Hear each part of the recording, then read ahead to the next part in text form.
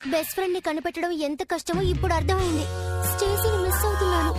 నేనెందుకు తనతో గొడవ పడాలి?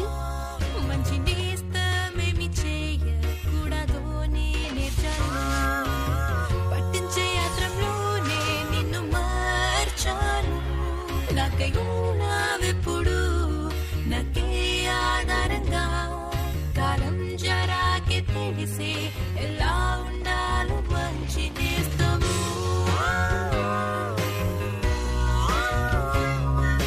చెప్పరానిది చెప్పా, చెరానిది చేసా. నువ్వేలే కా స్నేహమే లేదని తెలిసే. సో నీ బెస్ట్ ఫ్రెండ్ కి దూరం అయ్యావా? నీ బాధని అర్థం చేసుకోగలను.